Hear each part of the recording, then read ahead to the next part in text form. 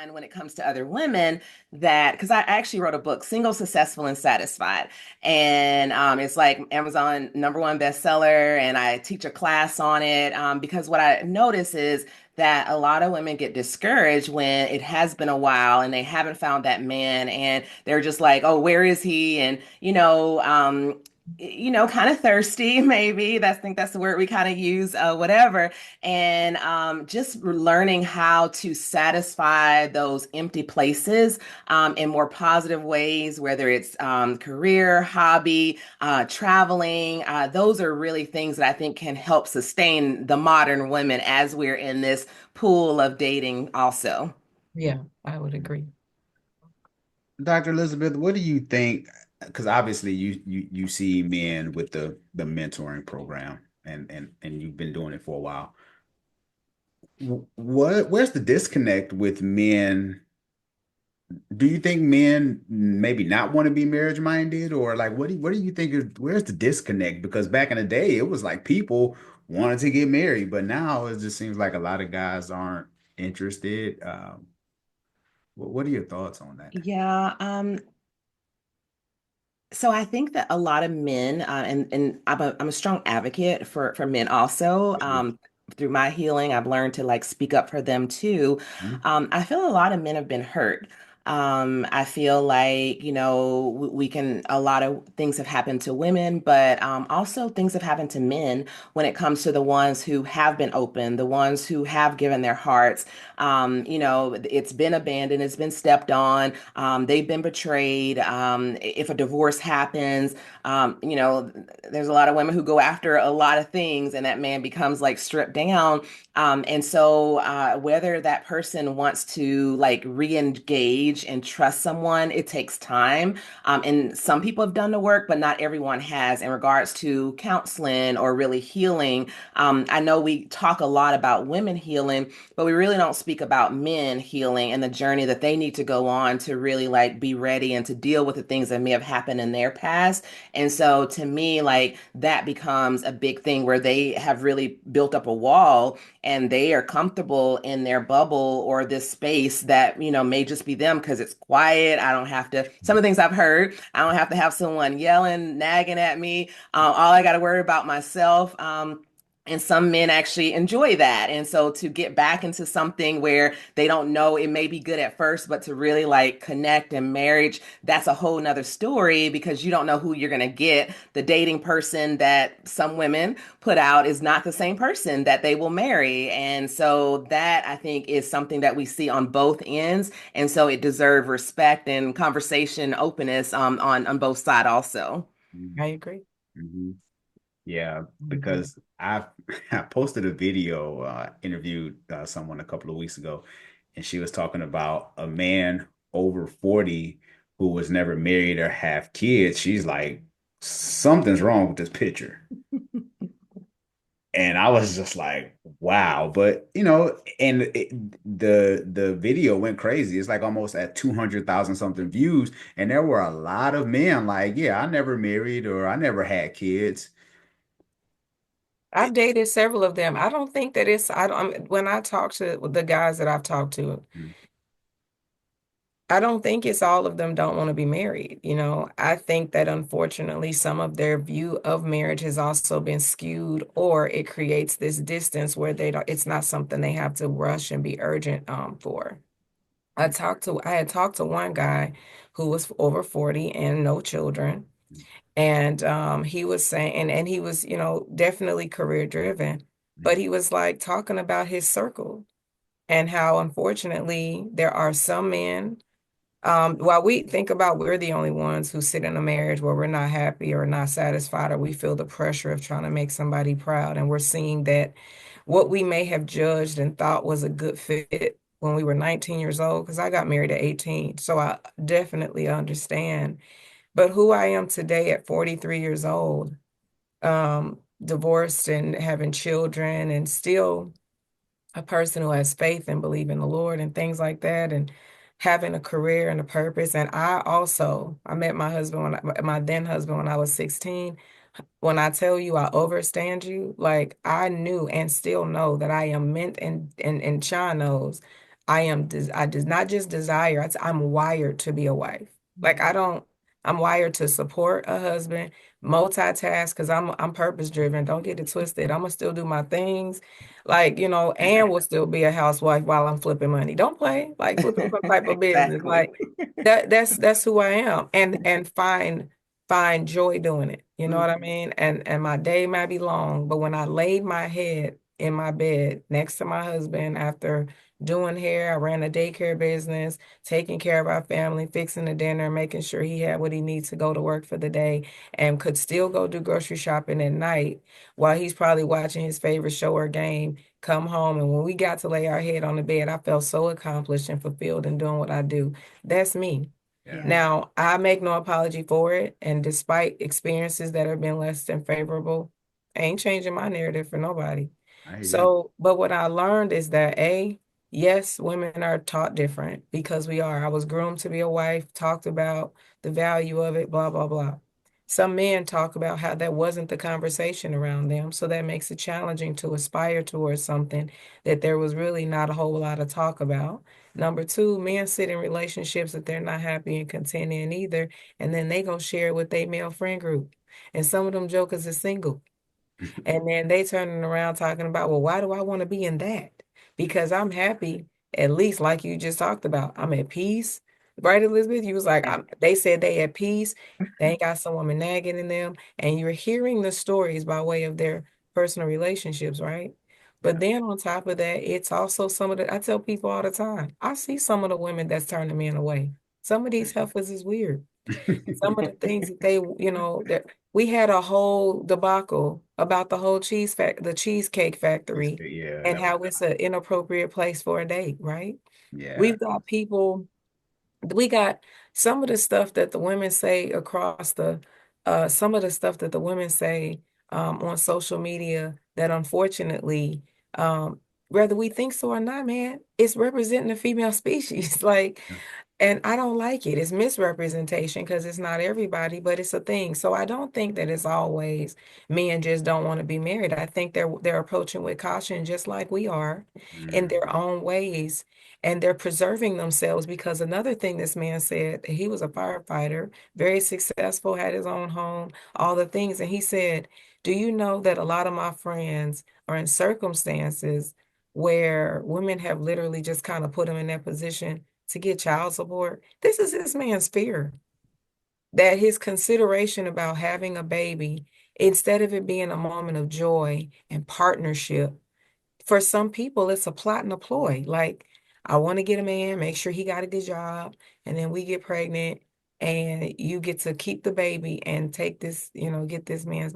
These conversations, wow. they're discouraging, I think, for some of the males. Wow. Yeah. That's real.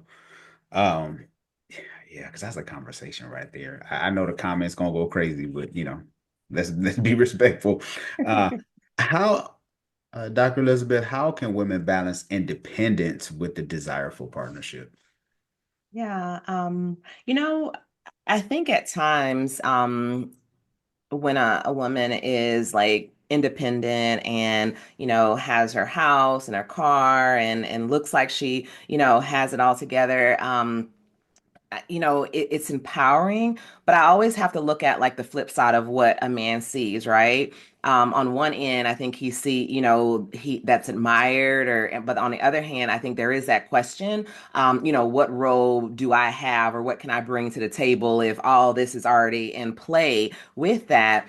The message I would love for a man to understand is when a woman has gotten to the point to get herself together, it has really just her being whole in who she is, right? And the beauty of that is when you can kind of step in and not be intimidated, but still like be the whole you. Approaching this person, you realize it's a beauty to have someone that's already whole because I can bring my whole self to this person whole self, and we can just like really rock it together. We can find our strengths. We can see what's next. We can dream about how we can build and grow together. And to me, that's what partnership is. Like, I truly desire, partnership.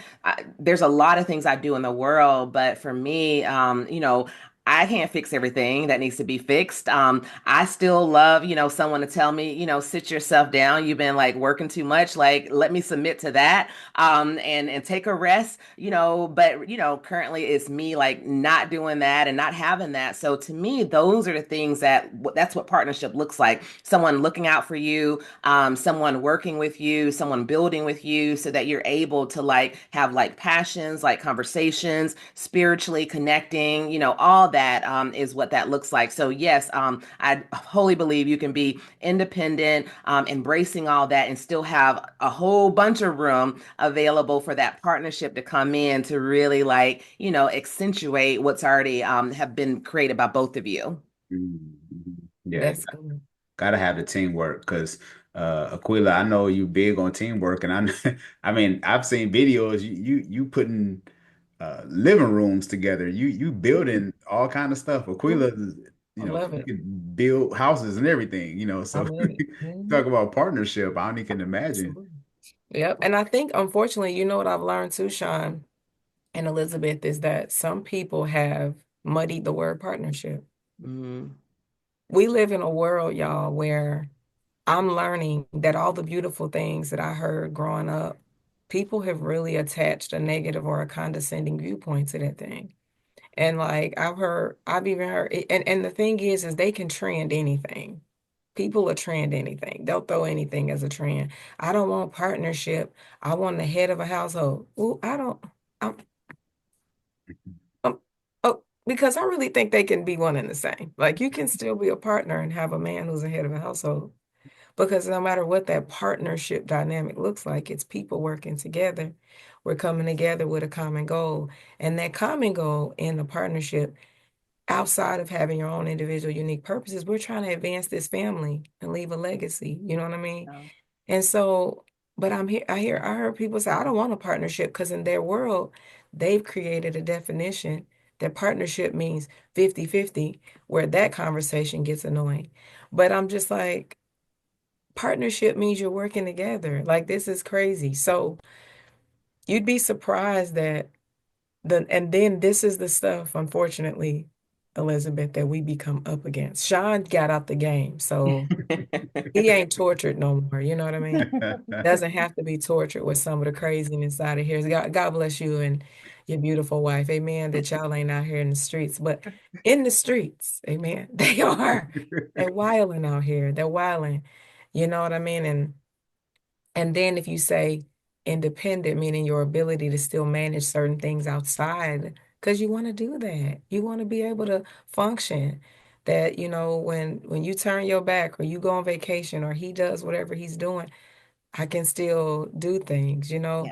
There's nothing wrong with a level of independence allowing us to still advance this family. But unfortunately, that's been muddied. When people think about the Proverbs 31 woman, I'm like, what are y'all getting at? Because homegirl did all the things, Yeah. had a team supporting her while she's supporting family. Where's y'all, what is your reference point when it comes to some of these ideas around a woman and marriage or a husband and a man, you know what I'm saying? So I think we just keep on praying, girls. Yeah, because for men, and the funny thing about it is, men, when it comes to the dating pool, and this is just my opinion, I believe men have it easier than women. Which to me, I'm trying to figure out like why aren't more men wifed up, you know? Because and I told you this before, Q. If I was single, I could find me a wife like that. You could. Now, whether or not she turned crazy later might be another story. You know what I mean? I'm serious. Like some of the people today that I'm even like you said, being in a space where I'm having these various conversations, not with just people I'm personally dating, but just people that I get to interview or talk to and learn from. It's a conversation that, like you said, I think we do a really good job in this world and culture expressing the voice of the woman Hmm. and talking about what she needs, what she's lacking, how she needs a man to show up in her life, and things like that. And I think to your, appreciation and people who do the work that you do, I don't consider myself a male advocate, but having coached married couples and things like that and been able to be an intercessor on behalf of couples, being unbiased is a requirement. So I have men that I have the ability to speak on their behalf where they can put words to certain things. Yeah. But I believe that there is a place and a necessity for women like yourself, or people like yourself who can speak in favor of and not just against the male perspective, because the male perspective exists. Yeah. And I don't think that there's a lot of times where we just really get to sit in the reality of that. Yeah. They have a perspective. And that perspective is not, like I said, just like one-sided where they're like, I don't want to be married. They're like, no, let me talk up to you about the 5 women that I dated. I had a guy that I met and he told me, he said, Aquila, a lady, we went on a date and she decided to invite me up for a nightcap. And he was like, that wasn't even my plan. I'm dropping her off at her home. I'm about to go my separate way. She was like, "Well, do you want to come up?" And he was like, "Well, I didn't plan on, that. So I mean, whatever you're comfortable with." He's like, "Well, yeah, she's like, let's just go up, we could chat or whatever." So they start talking. He said she started undressing. He said, I didn't. He's like, I'm like, whoa. And she said, I already know what you want. It's just gonna be $1,000. Mm. And he said, first of all, I thought we were trying to get to know each other. Second of all, I'm not paying. I didn't come here for this. This Right. is the real. And hold on, y'all. This was like 3 years Crazy. ago. This was like 3 years ago. So this was a date, and A date. so they went upstairs. She took her clothes off and told him it was going to be $1,000. And this is what you want. And he was like, actually, it wasn't. It was because I wasn't planning on coming upstairs, being in your personal space. I was literally driving off. Wow. That's, I'm like, what you said, why? That's what I said. Wow. yeah. And Yeah. imagine if he has, okay, I dated a guy, meaning go went on a date with another guy, older gentleman, lived out of state, and he was telling me he was dating this, meaning the girl he dated, woman he was getting to know was dating, lived out of state. And he was like, I was flying her in, getting her a hotel. She told me what her demands were. I want to stay at the Westin or the W, whatever, right? Or Ritz-Carlton, whatever. Like he's like, I did everything she asked me to do. She said she had a conversation with her friend, and her best friend told her, no, you're the woman. He should be coming to you. And after everything was non-canceled, like you weren't able to cancel, she canceled and he lost his money. Those So stories are. all of that to say, y'all, I feel like when I hear these stories, unfortunately, I'll be like, I see why y'all, they want to move slow sometimes, but their slow is I want to get to know multiple people because there's probably somebody cuckoo for Cocoa Puffs underneath this. Yeah. Normal is the anomaly, y'all. Yeah, that's great. The comments are going crazy. Mental Dialogue, shout out to him. He said it wasn't called a partnership back in the day, or say black in the day. So not sure what she means when she says the definition has been muddy. We never heard the word independence used the way she is using it. And Major Move Chris says the heart is the second brain. It consists of the subconscious and will. Mental Dialogue says partnership and independence are modern words. What do you think about that, I, Dr. Elizabeth? yeah, yeah. What are your thoughts on that? Um, I think so too. I don't think that's how we talked about relationships like in the past. Like, I think we talked about love, and I think we've said a lot up to this point, and we really haven't talked about love. To me, that's what relationships like used to be. But I think there's something else that we'll kind of share. I think there was another question Mhm. in regards to like mindset shift, and what type of mindset is necessary to have a successful relationship. I still do believe in love, but I think the change has been that it's not enough for a successful marriage. Like I think back in the days, a lot of us, I love you, you love me, let's get married, let's have a family, and da da da da. it doesn't look like that anymore. Even when you're married, like love may not be enough when it comes to it's a good component to have, but there's so many other components of it. And I think these other modern words have been built around because divorce is so like quickly so ready available.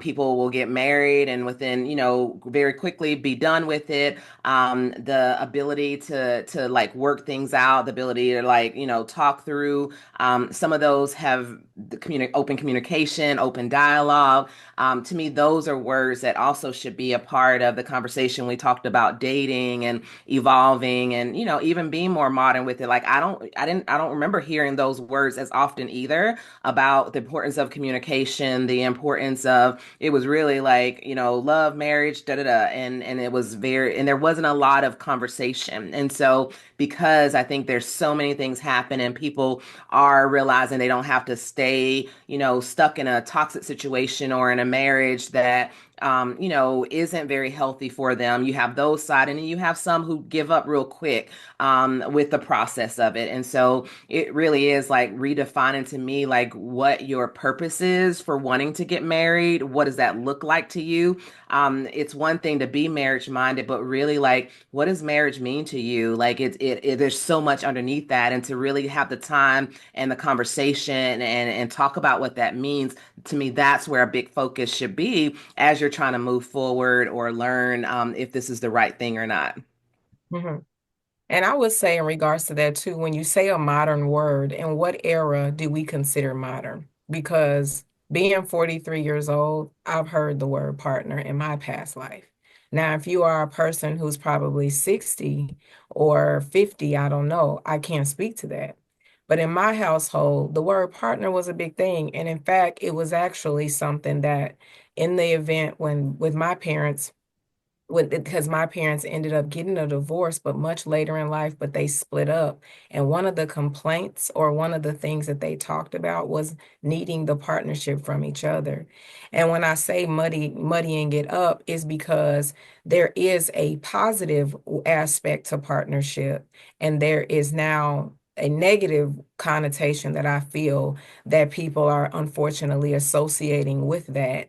And to your point, partnership definitely has a place because of the fact that, like you said, so many relationships were built on just love alone. And if that person was in love and one person and both of these people were not purposeful, right? To be fruitful and to multiply, you require partnership. If you're working on a farm and I'm putting in seeds and tilling the ground and doing all of these things, the reality is that if you're sitting by watching me do all of this work and talking about I love you, that can build resentment in the person who's doing the work. And there's not enough people sharing in that task. Also, being a person who believes in the fact that being unequally yoked means a yoke is this contraption that goes across two oxen. The oxen is a pair is partners. So when they are working together again to do this plowing in the earth, that's a partnership. But if you have it unequal, where one person is maybe immature, because it's not based on just strength alone. If you got an immature oxen with a mature oxen who's familiar with the task, who understands what the assignment is for them collectively, and then you got one trying to divert and go its own direction, then that's an unhealthy relation. That's an unhealthy partnership and dynamic that at some point is going to become a burden to one or the other. So while I can't, I don't want to argue whether or not it's and how modern the word is.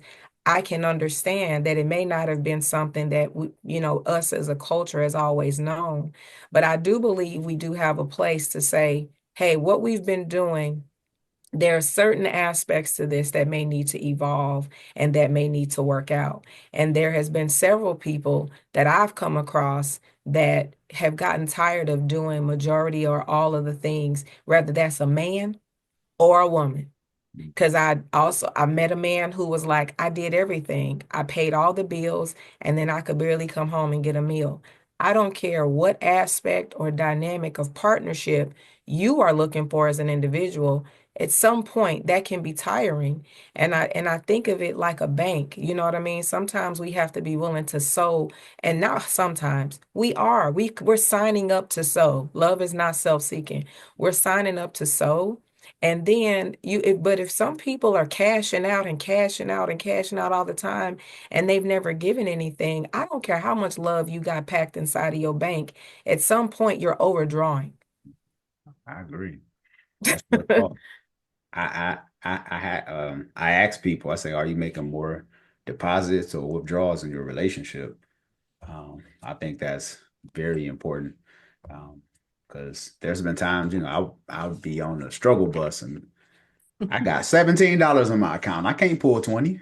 Do you hear? You better tell them. You better tell them. You know what I'm saying? I've been on the struggle bus before. So I'm like, so I think about that. I'm like, oh, I need to make some more deposits in my marriage for real. And that, hold on real quick, since you said that. And that's what a struggle bus relationship look like. Yep, exactly. Exactly. I see you laughing over there, Dr. Elizabeth. What are your thoughts?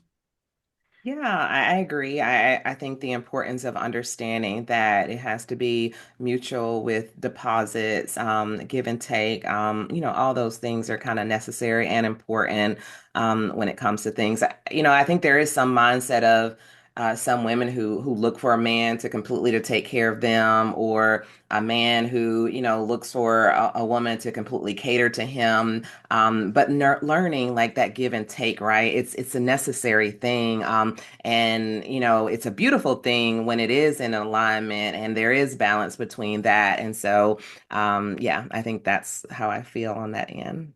Yeah, for sure. Mental dialogue says, and he says, in the past, define roles over partnership. In the past, define roles over partnership and interdependence were the words. She suggested that we as men look at independent women as whole, but we don't because we only want to see where we fit. Um, I hear you, mental dialogue. I hear you. He's a good brother. Me and him have done some work before in the past. I want to, because this has been a heavy episode. I want to take a quick break from our sponsor, from Love Fearlessly Intimacy Card deck that my wife and I created. The cool thing about this deck is you have a husband and wife who put their heads together to make this 30 set card work. So if you want to know someone on a date, whether if it's your spouse or your significant other, you just people are always evolving. So it's good to ask these Mhm. questions. You can ask yourself, I didn't know that about you. You never told me. So this is what this Love Fearlessly Intimacy deck card is for. Dr. Elizabeth, I want to pull a card from the deck and ask you a question. Okay, let's see. You ready? We're gonna I'm we're gonna game. we're gonna play it safe because there's some cards in here. We're gonna play it safe. You Okay. didn't you didn't pre-sort the deck. Yeah, yeah, we're not. Yeah, we're gonna say that one. No, no, we'll say that one. Uh, Awesome. Question: who provided a safe space for your feelings in childhood? That's a good question. Honestly, I didn't have it. I kept a lot in. I realized that in adulthood. Um, and so for me, because I met my ex when I was young, that became that safe space at that point. So yeah. Mhm. Understood. Understood. Yeah, so that's a card from the intimacy card deck. So you can check that out at scaredtoremarry.com and the comments section. I mean, in the description below. And we kind of discussed the mindset shifts are Yeah. necessary for women. We kind of talked about that, right? Or was there anything else that you want to cover from that, Dr. Elizabeth? I think it was good. Yeah. Yeah, yeah, for sure. Okay, so what advice would you give to women who feel like giving up on love and marriage? Yeah, great question. So I think you have to like definitely for sure like do your own work, right? And redefine what you're looking for when it comes to marriage. If you're looking, like we said, for someone to make you happy, for someone to, give you all of this, a lot of those things you have to learn for yourself at first. And so to me, the biggest advice is truly like getting to know like who you are. How do you, what makes you happy, and how can you enjoy those moments within yourself. If you can do that, then when you come into a place of a marriage, you're not seeking that person to like do everything for you. And, if you have those moments where you're needing something, you're not like clinging on to that person to be that, to put all that weight on. Like it's unrealistic. It's only going to disappoint you. Yay, it may work for a little while because we have these like love, air pockets that we have. But once that air pocket like busts and life kind of sits in, you have to be able to know how to make you happy. You have to know how to express your feelings in a healthy way. And yes, it's nice to have someone to do that too, but you need to like have, like, I think that question was great. You have to have safe people that you can, like, whether it's your journal, whether it's a professional, be outside, because you never know like when tension revs up what that's going to look like. And so to me it's redefining what we're looking for when we think about marriage, thinking about beyond, of course, the Mhm. ceremony and the title, and these unrealistic expectations, but really have these deep conversation on what this is, the positive, the struggles that may come into it, and really taking the time to do the work beforehand before jumping into something, and being disappointed along the way. Mhm. That's Yeah. good. Yeah. And the question, my wife and I, when we came up with the question from the intimacy card deck, we had a whole conversation about this because uh, me growing up, and Aquila, you know about this. I grew up in that era of children should be seen and not heard. And when I came up with this question, it stifled me in my adulthood growing up because I didn't have a safe space for anyone. Mhm. So when I became, or even when I started dating, like as early as 16, 17, I started dating, like I couldn't express myself. Yeah. Only way I expressed myself was through spending money and sex, just because I couldn't process because it's been stifled for so long because my mom just tell us to do something, we do it. And that was it. You don't ask any questions. We really didn't have that space to where we can express how we feel or what's going on. So as I got older, in my first marriage, I can see where that played in my marriage because I Yeah. stonewall, like couldn't put the words Shut together. down. Yeah. Yeah, shut down, all that stuff, which wasn't fair to my ex-wife. And I was just like, oh, I see how this plays out now. So like you say, through journaling, therapy, and even just having healthy conversations like this, I think helps a lot too. So Yes. Yeah. I think a lot of men might struggle in that area with really saying how they feel. I agree. I'm not a man, but I think a lot of women would agree with you. Because, I mean, women date men, so a woman who's dated a man might be able to attest to that for sure. And then, because, that'd be one of the questions when you go to the conferences. How do you get your husband to express himself? You know what I mean? So.